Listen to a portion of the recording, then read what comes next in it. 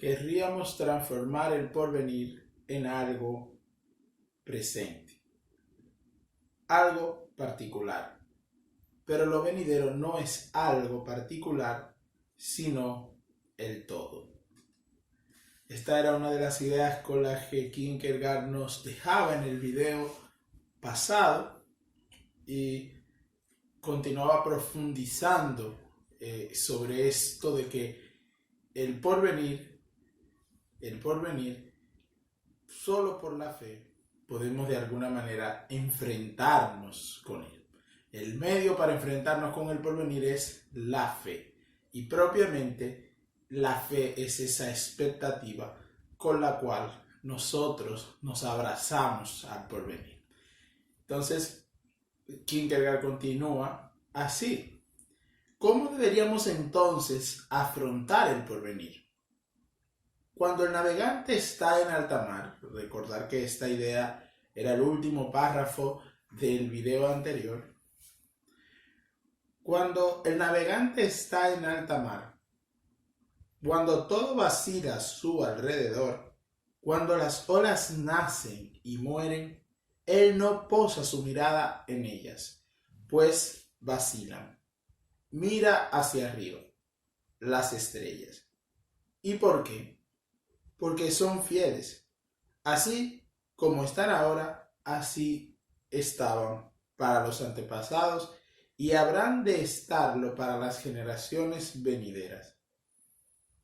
¿En virtud de qué triunfa sobre lo que vacila? En virtud de lo eterno. En virtud de lo eterno puede uno triunfar sobre el porvenir, porque lo eterno es el fundamento del porvenir. De ahí que uno pueda profundizar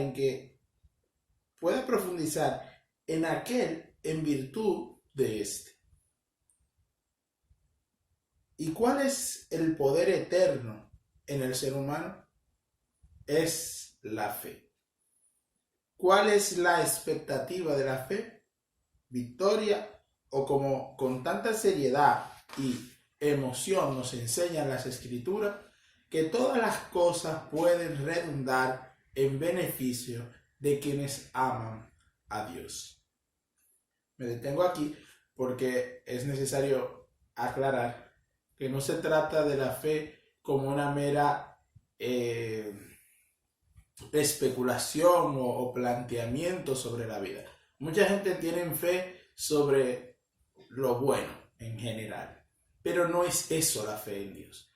Porque cuando nuestra fe está en las cosas buenas que suceden y que pueden no suceder, cuando las cosas buenas no suceden, no hay una redundancia en beneficio nuestro.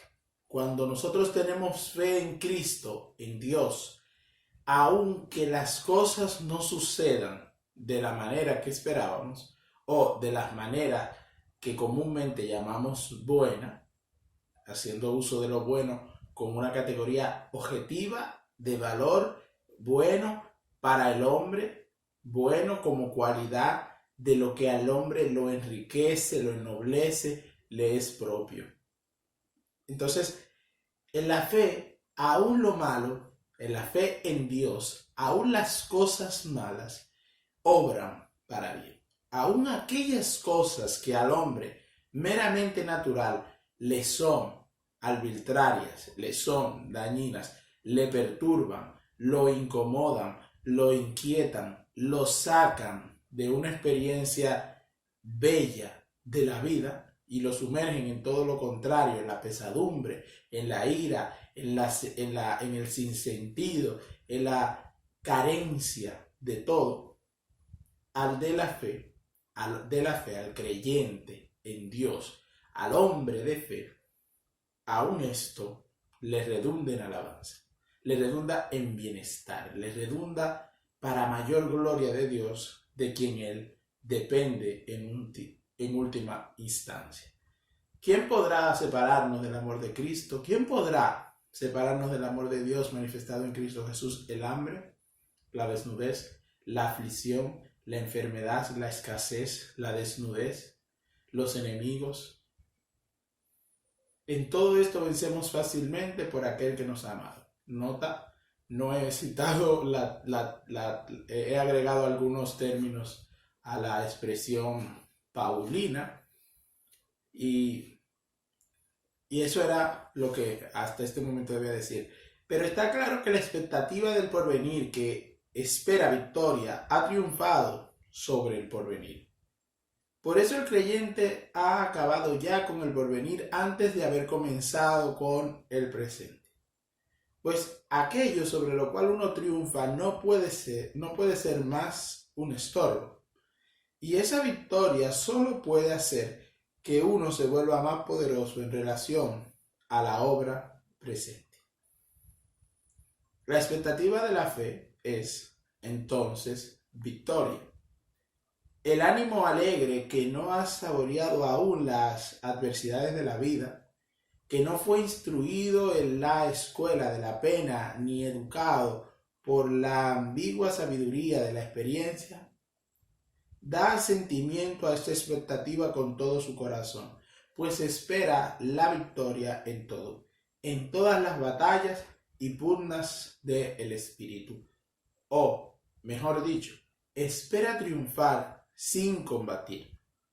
No desearíamos ser la severa figura que detenga al joven en su camino. Querríamos más bien ir pensando en un consuelo para él cuando ha descubierto que esa expectativa, por hermosa que fuese, no era, sin embargo, la expectativa de la fe. Preferiríamos ser aquel que lo llama a combatir cuando se siente impotente, aquel que permite que la victoria lo llame hacia sí cuando cree que todo está perdido. El preocupado, en cambio, que no ha enjugado las lágrimas vertidas por la pérdida de lo presente, forma el porvenir de un modo diferente, ya que el porvenir es ligero y escurridizo, más maleable que el barro, de manera que cada uno lo forma de acuerdo al modo como él mismo está formado. El preocupado no espera la victoria. Ha sentido su pérdida como algo demasiado gravoso y aunque éste pertenezca a un tiempo pasado, la lleva consigo y espera que el tiempo venidero le conceda al menos paz suficiente para ocuparse calladamente de su dolor. El varón experimentado desprecia la conducta de ambos. Cuando uno dispone de casi todos los bienes que podría desear, debe estar preparado para que las preocupaciones de la vida se alojen también en la casa del afortunado. Cuando uno lo ha perdido todo, debe ponerse a pensar que el tiempo contiene muchos remedios preciosos para el alma enferma, que el porvenir, como una madre cariñosa, cobija también buenos dones. Uno debe, en la dicha, estar en alguna medida preparado para la desdicha, y en la desdicha estarlo en alguna medida para la dicha. Y quien habla así, no habla en vano, pues tanto el alegre que no es frívolo, como el preocupado que no está desesperado, ambos presentarán atención a su palabra. Ambos estarán dispuestos a enderezar su vida de acuerdo a la guía de aquel. El dichoso reflexiona ahora sobre los bienes de los que dispone. Piensa que podría perder alguno de ellos sin dolor y otros de manera tal que de todos modos le sería fácil reponerse del dolor.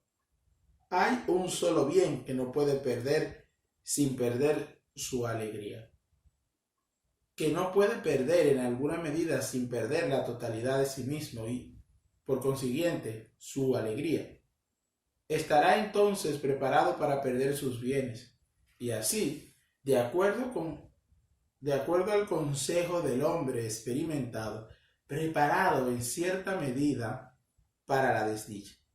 Pero el hombre experimentado había dicho, en cierta medida, esas palabras podrían valer también para ese único bien que no podría perder sin perder su dicha, ni perder en cierta medida sin perderlo en su totalidad. El hombre experimentado no quiere hacer un exégesis de sus palabras. Las repites sin cambio alguno, sin alteración, deja la explicación y la aplicación de mano de aquel a quien aquellas han de guiar. Así, el dichoso y no menos el preocupado se sienten perplejos. Estas palabras, en cierta medida, que deberían ser como una contraseña, se transforman en la fuerza comprometedora que los aprisiona. Y las palabras siguen resonando, no muestran consideración alguna. A ellas no le preocupa el esfuerzo de aquellos por comprenderlas. No prestan atención a sus ruegos en pos de una explicación. La experiencia que había de guiarlos engendró la duda. El discurso del hombre experimentado fue un discurso ambiguo.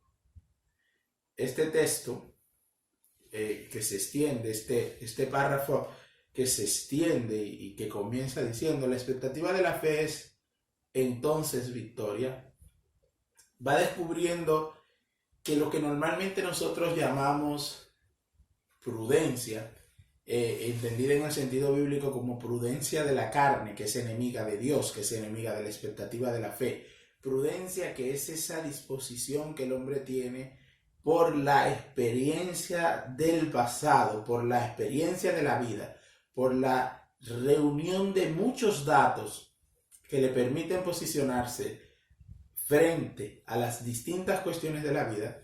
Kierkegaard termina diciendo, diría yo, como una sentencia sobre esta experiencia. La experiencia que había de guiarlos engendró la duda. El discurso del hombre experimentado fue un discurso ambiguo. Ambiguo porque aquí el que está discutiendo, en el sentido de una discusión, buscando entre las múltiples causas para escudriñando en su interior, discutiendo consigo mismo qué es lo más adecuado, qué es lo mejor para desearle al otro, y por ende, en esa misma búsqueda para desearse a sí mismo, y eso ya nos hemos dado cuenta que es la fe y propiamente la expectativa de la fe que nos vincula con lo eterno, porque esta fe es una fe en Dios. Y esta fe en Dios, veíamos en el video número 3, es una fe que, como fe teologal, enlaza con la fe, con la virtud de la caridad. La virtud de la fe nos enlaza con la virtud del amor. El amor con la esperanza. Y ahí están las tres virtudes teologales. Y las tres virtudes teologales se convierten como un faro para las virtudes cardinales, cuyo objeto es la realización del hombre en el diario vivir, en el acontecer cotidiano, en el acontecer con los otros hombres. Entonces, el porvenir, el hombre cuando se planea vivenciar un año, en las metas que se traza, se pueden encontrar destellos de virtud, intentos de vincularse a la virtud, de adherirse a cierta virtud particular. Y por ende deja fuera a veces otras porque no les parecen las adecuadas. Sin embargo, el cristiano debe enriquecerse con todas las virtudes para que sus proyectos y planes sean adecuados, sean unos proyectos y planes ordenados. De hecho, para todo hombre, pero el cristiano verdadero, cristiano formado, sabe y debe saber que él debe hacer uso de todas las virtudes, porque al cristiano que le falta una virtud carece de algo muy importante, porque el cristianismo va por todo, el cristianismo no deja cosas fuera y por ende engloba al hombre, pudiéramos decir desde una concepción, o verlo, englobar a toda la persona desde el foco de las virtudes. Y las virtudes teologales enriquecen las virtudes cardinales. vinculando al hombre con Dios. Dios que está vinculado con el hombre, por la virtud, el hombre se vincula con Dios. Y es como si el hombre tendiera hacia Dios una antena, una disposición que le permite captarlo y por ende vivenciarlo. La virtud se convierte entonces en ese medio. Esa virtud que la opera la fe nos saca de la dualidad de que las obras y la fe son separadas. No, la fe en Dios enriquece tanto mi experiencia neutral, mi experiencia más de vida natural, y genera ella ahora con una novedad, que es la novedad de lo cristiano, las obras. Lutero decía que, y lo decía para no decir, decía porque ha dicho tantas cosas y algunas de las cuales no puedo yo estar de acuerdo. Lutero decía en el libro comentando la carta a los romanos, en su comentario a la carta a los romanos, que la fe era una cosa poderosa, que la fe, antes de preguntar si había que hacer las obras, ya las ha realizado. Y esa es la fe en la cual no se puede encontrar dualidad, porque ella se mete tan en la realidad que cuando nosotros la separamos aquí en nuestra mente. Pero cuando nos damos cuenta en la vivencia y en la realidad, no hay separación. La separación es más una contaminación del proceso de entendimiento del hombre, de la búsqueda del hombre de conocer y por ende de separar para conocer cada cosa. Pero en la vivencia no se dan estas separaciones. De hecho, nos vivenciamos con cosas que nosotros no quisiéramos vivenciar, pero están en nosotros. Y entonces no está siempre en nuestro poder escogerlas o no cogerlas. Lo mismo pasa con esto de la fe y de las virtudes teologales y de cómo éstas imprimen un carácter nuevo sobre las virtudes cardinales. Es algo que incluso ya nos trasciende, porque nos movemos ya por el Espíritu de Dios. Si se puede hablar así, o si se puede hablar así, claro que sí. Según dice Pablo, el fruto de la carne es este, pero el fruto del Espíritu es este otro. Y entonces el fruto del Espíritu lo dice Pablo en la carta a los Gálatas y dice cuál es el fruto de la carne. Estos frutos también están vinculados a las virtudes. Entonces, esta experiencia que el hombre tiene, si es solamente natural, no es la que nosotros estamos buscando, no es a la que nosotros debemos adherirnos, porque nosotros estamos en búsqueda de Dios. Nosotros estamos tratando de ser y de vivenciarnos en Dios durante el año que comienza. Vincular este tiempo, estas horas de un año que se va iniciando, estos 365 días, verlos, vivirlos en Dios. Y eso requiere lo que de alguna manera estamos haciendo aquí. Que indaguemos, que escudriñemos, que pongamos ese principio firme. La fe en Cristo, la fe en Dios, la expectativa de la fe, que nos vinculemos con lo eterno. Entonces, eso como muy importante en relación a ese párrafo que llega a decir Kierkegaard: el hombre experimentado no quiere hacer una exégesis de sus palabras, las repite en cambio, sin cambio alguno, sin alteración, deja la explicación y la aplicación en manos de aquel a quien aquellas han de guiar. Así, el dichoso y no menos el preocupado se sienten perplejos. Kierkegaard ponía en este párrafo que hay un dichoso, hay uno que se siente dichoso y que es dichoso en la vida, pues todo le va bien, y hay otro preocupado, pues las cosas, él ya en su ánimo por ciertas experiencias ha tenido cuestiones diversas que lo llevan a estar en esta situación. Esta no es una situación que la persona elige electivamente diciendo yo soy dichoso, yo soy preocupado, sino que esta persona se da cuenta de que es un dichoso y se da cuenta de que es un perturbado. Y con ello se relaciona el experimentado, que es la persona que sabe de la vida. Esa experiencia que se convierte en la prudencia de la carne, enemiga de Dios. Porque a Dios nadie puede aprisionarlo. A Dios nadie puede sostenerlo por los hechos del pasado, ni por los hechos del futuro. En Dios hay una indeterminación. Por eso, la importancia de la fe para vincularnos con Dios. ¿Por qué? Porque la fe es un hábito ciego, es una certeza de lo que no se ve. Entonces, continúo para no hacer muy largo este video. El creyente, por el contrario, dice, espero la victoria. Quien habla así, no habla tampoco en vano. Pues el dichoso que no fuese frívolo, el preocupado que no estuviese desesperados, ambos querrían escuchar su discurso. La alegría retorna nuevamente al ánimo alegre. Victoria es su expectativa.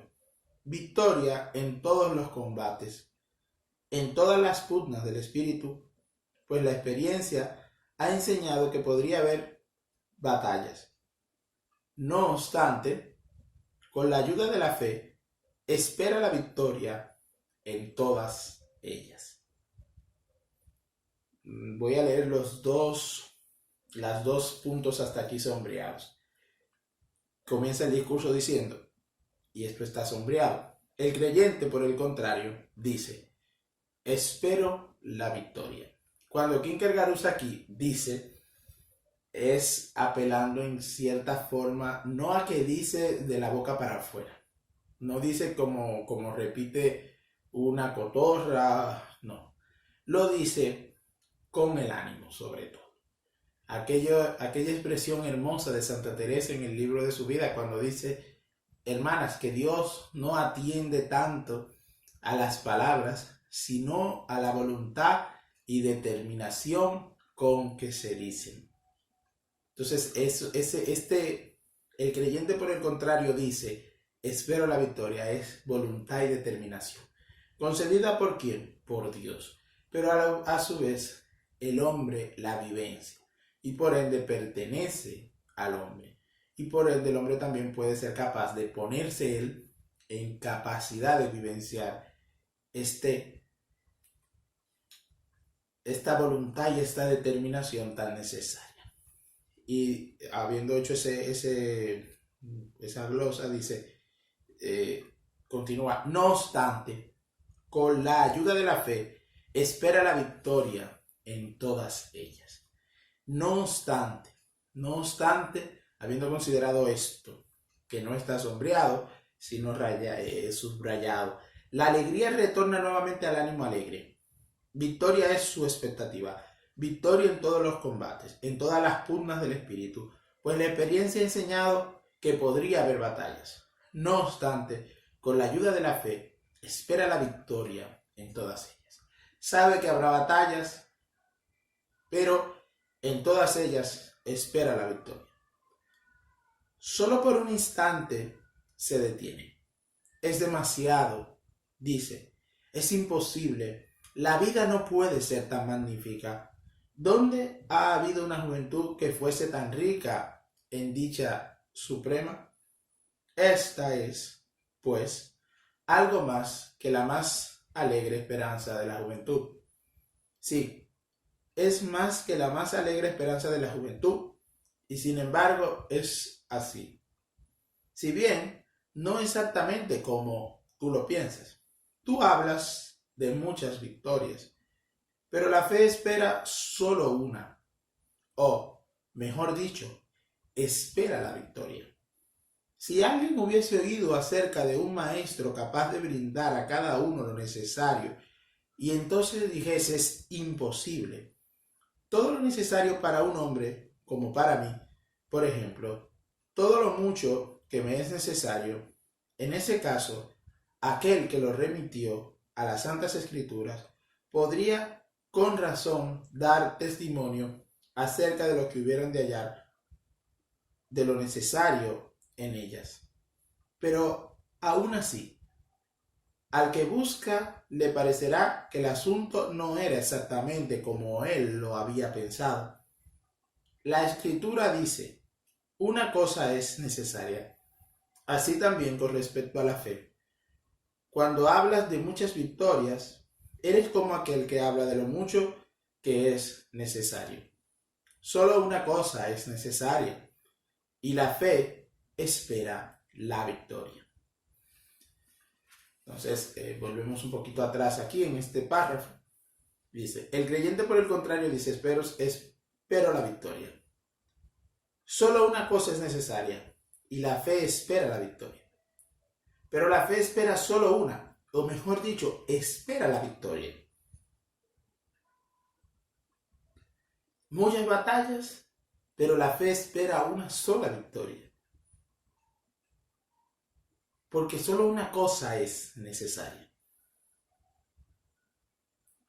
Entre la multiplicidad, entre las tantas cosas que van a suceder, la fe está atenta a una sola cosa. Y no sé si por aquí delante Kierkegaard dirá cuál es esa sola cosa.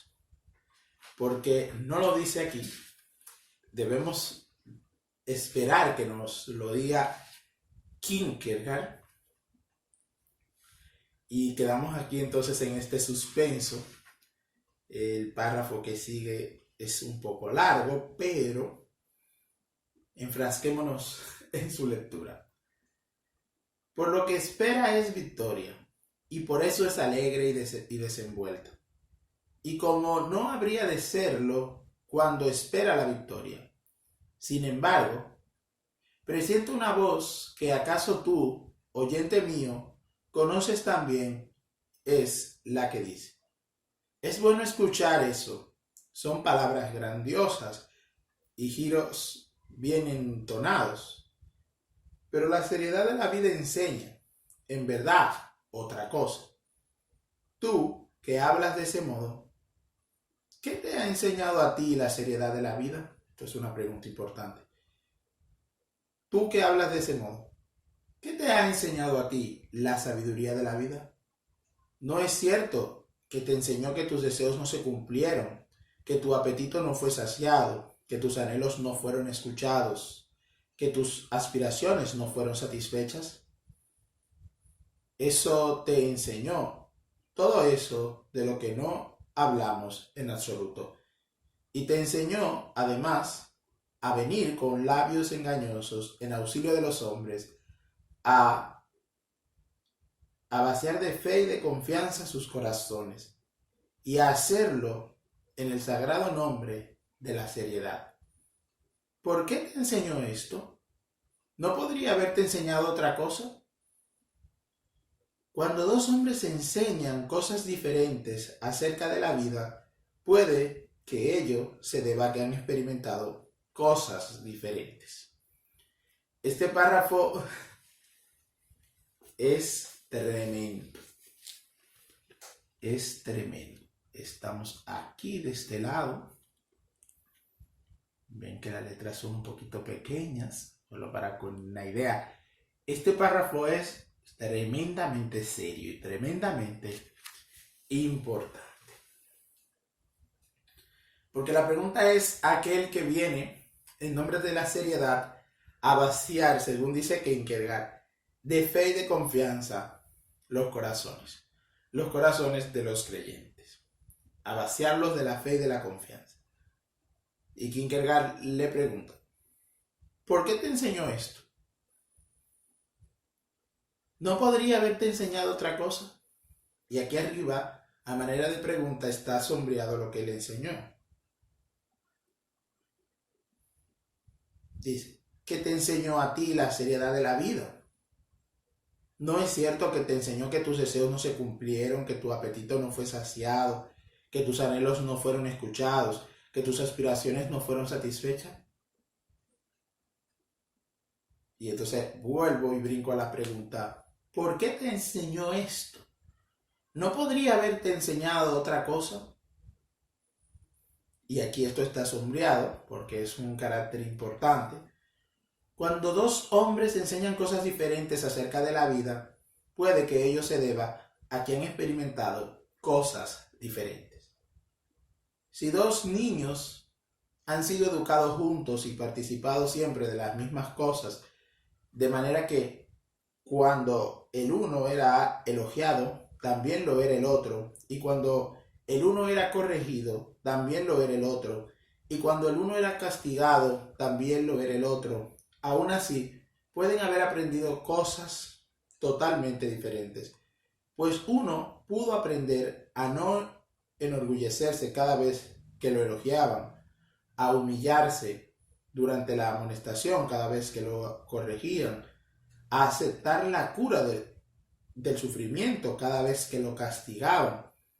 Y el otro pudo aprender a ensorbecerse cada vez que lo elogiaban, a amargarse cada vez que lo corregían, a acumular secretamente la cólera cada vez que lo castigaban. Así también sucede contigo. Si hubieses amado a los hombres, la seriedad de la vida no te habría enseñado tal vez a levantar la voz, sino a callar. Y cuando yacías en un mar de penurias y no veías la costa, a no involucrar, cuando menos, a otros en ello. Podría haberte enseñado tal vez a sonreír, al menos cuando te parecía que alguien buscaba en tu rostro una explicación, un testimonio. La vida te habría concedido tal vez la triste alegría de ver el éxito de los otros allí donde tú no lo tuviste, el consuelo de haber contribuido a ello al sofocar el grito de la angustia que desde tu interior los habría perturbado. ¿Por qué no aprendiste esto? Puesto que lo aprendiste, no pudimos prestar atención a tu discurso. Puesto que no lo aprendiste, no pudimos prestar atención a tu discurso. Puesto que no lo aprendiste, no pudimos prestar atención a tu discurso. Leo 3 veces esa conclusión, porque me ha acompañado tantas y tantas veces. No te juzgamos porque dudas, pues la duda es una pasión insidiosa y puede ser difícil escapar de sus trampas. Lo que exigimos del que duda es que calle. ¿Acaso sentía que la duda no lo hizo feliz y entonces confió a otros aquello que los hizo igualmente infelices? ¿Y cuál es el testimonio de ese mensaje? Se pierde a sí mismo y hace infelices a los otros. Se pierde a sí mismo en lugar de haber callado y así hallado tal vez reposo, prefiriendo llevar en silencio su solitario dolor en lugar de levantar la voz, en lugar de darse importancia a los ojos de los hombres, concurriendo por el honor y la fama a la que tantos aspiran, en el hecho de dudar o incluso de haber dudado. La duda es una pasión profunda e insidiosa, pero aquel cuya alma no fue atacada por ella tan íntimamente como para permanecer callado, tan solo finge esa pasión ante sí mismo. Por eso lo que dice no es mera falsedad en sí y como tal, pero lo es ante todo en sus labios. He ahí el motivo por el que no le prestamos atención. Este texto es un texto desperdiciado. Es un texto desperdiciado porque nos pone en diálogo, y así lo asumía yo desde que lo leí por primera vez, con tantos contrarios a la fe, con tantos contrarios a las buenas costumbres, con tanta gente que ataca de alguna manera el proceder de los demás en cuanto a sus experiencias y aspiraciones en nombre de la seriedad, de tantos pesimistas que andan por ahí.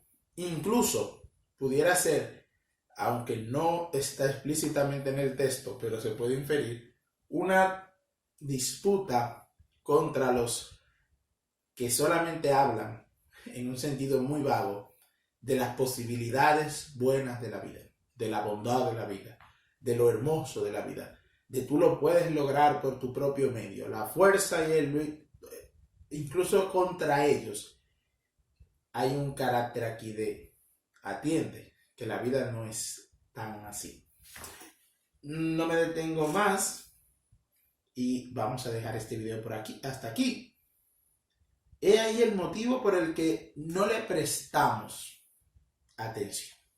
En esta lucha de la fe, en la cual muchos salen de donde se debe luchar este combate y dicen y pierden o sepultan su fe, la sepultan por una discusión fuera del debido terreno de donde esa discusión debe hacerse.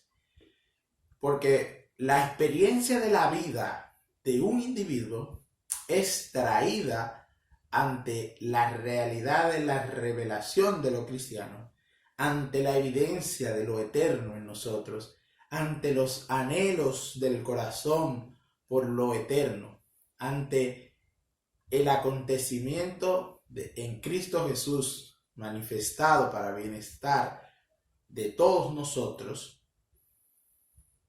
El plano es, a mí me ha pasado esto, por esto, eso que dices tú no puede ser cierto.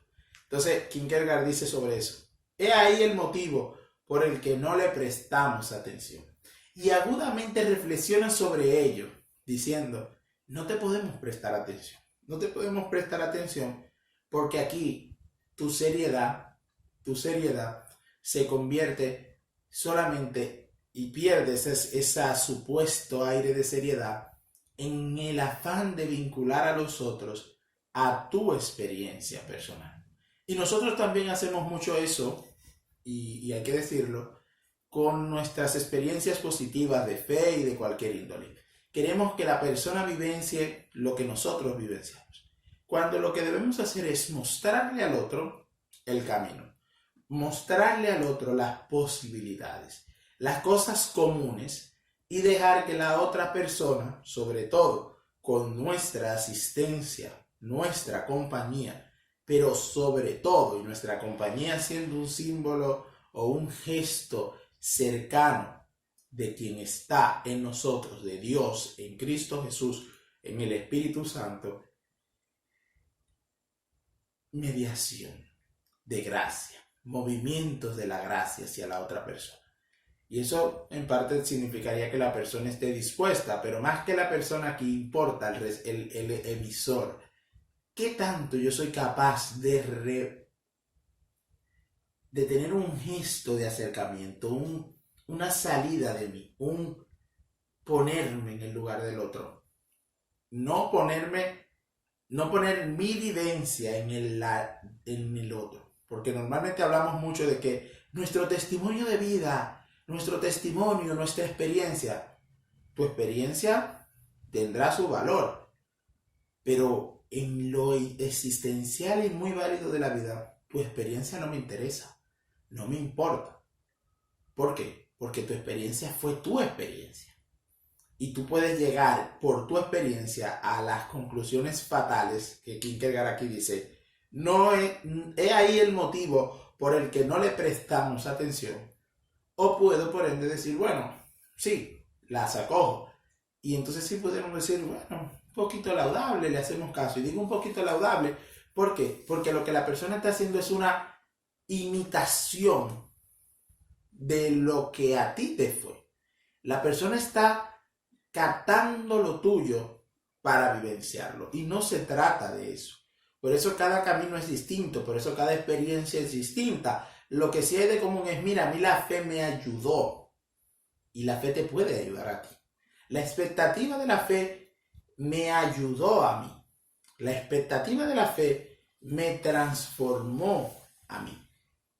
La experiencia de Dios a mí me enriqueció. Tal hecho me transformó.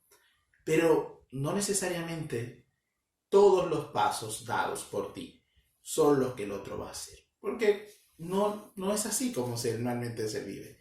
No encaja tu vida en la vida del otro. Entonces, en esa apertura, en esa situación, la fe es vasta, la fe es amplia, la fe es el arma contra la cual nos enfrentamos al porvenir, contra la cual nos enfrentamos a la seriedad de este mundo, seriedad que nos puede alejar o nos puede arrancar de la fe. Nos puede arrancar de la fe. Normalmente la prudencia de la carne nos arranca de la fe porque nosotros empezamos y procedemos entonces, no movidos por la acción de Dios, no movidos por la fe, sino movidos por la prudencia, que viene a ser las consideraciones, que viene a ser los recuerdos, la memoria de lo pasado, de lo futuro, de lo presente, el conocer la historia de cabo a fin. Esos que creen que por leer el periódico desde que tienen uso de razón, eso los hace sabios. No, eso no te hace sabio, eso te hace una persona conocedora. Esos que por escuchar todos los programas de radio de este país, donde los periodistas analizan según ellos las cosas y no quizás en honor a algo fuera de ellos, cuando usan la historia misma para ir envolviendo las realidades del presente, uno queda, aquí hay algo que no satisface del todo. Qué lindo lo dijo fulano, qué lindo lo dijo fulano, qué adecuado al momento presente, qué comentario más adecuado, pero careciendo de objetividad, porque son movimientos y movimientos de recuerdos del pasado. ¿Está mal? No puedo yo decirlo porque no soy experto,